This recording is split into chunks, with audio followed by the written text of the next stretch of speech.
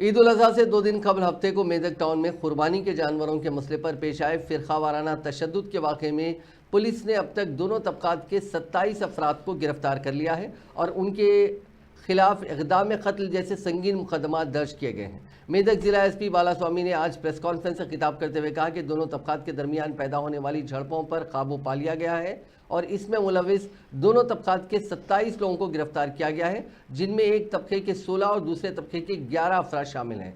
उन तमाम को गिरफ्तार करके रिमांड पर ले जाया गया है। उन्होंने कहा कि दोनों तबकात के दरमियान तसादुम की वजह से दूसरे अजला से पुलिस फोर्सेस लाई गई और सब कुछ काबू में कर लिया गया। लोगों को मशवरा दिया जाता है कि वो सोशल मीडिया प्लेटफॉर्म यानी व्हाट्सएप, ट्विटर, फेसबुक वगैरह के ज़रिए आने वाली किसी भी अफवाह पर यकीन न करें। उन्होंने खबरदार किया कि जो भी सोशल मीडिया पर जानबूझकर तनाज़ा पैदा करेगा उसके खिलाफ कानूनी कार्रवाई की जाएगी। उन्होंने कहा कि मुलजिमीन की शिनाख्त तसादुम से मुतालिक तमाम वीडियोज़ की बुनियाद पर की गई।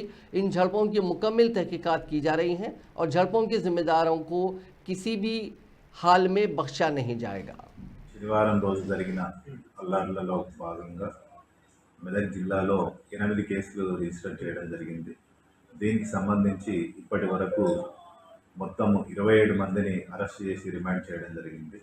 అదేవిధంగా ఆ రోజు జరిగినటువంటి అల్లర్లలో వీడియో ఫుటేజీ, తర్వాత సీసీటీవీ ఫుటేజీ వెరిఫై చేసిన తర్వాతనే మేము ఇరు వర్గాల నుంచి ఎవరైతే పార్టిసిపేట్ చేశారో వాళ్ళని మాత్రమే రిమాండ్ చేయడం జరుగుతుంది.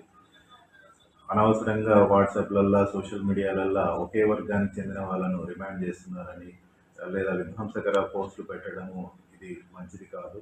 ఎందుకంటే మేము పోలీస్ వారు అనేది ఎలాంటి ఒత్తిళ్లకు లొంగకుండా ఇరు వర్గాల నుండి ఎవరైతే ఇన్సిడెంట్లో పార్టిసిపేట్ చేశారో వాళ్ళని మాత్రమే విత్ ఎవిడెన్స్ తోటి పట్టుకొని రిమాండ్ చేయడం జరుగుతుంది.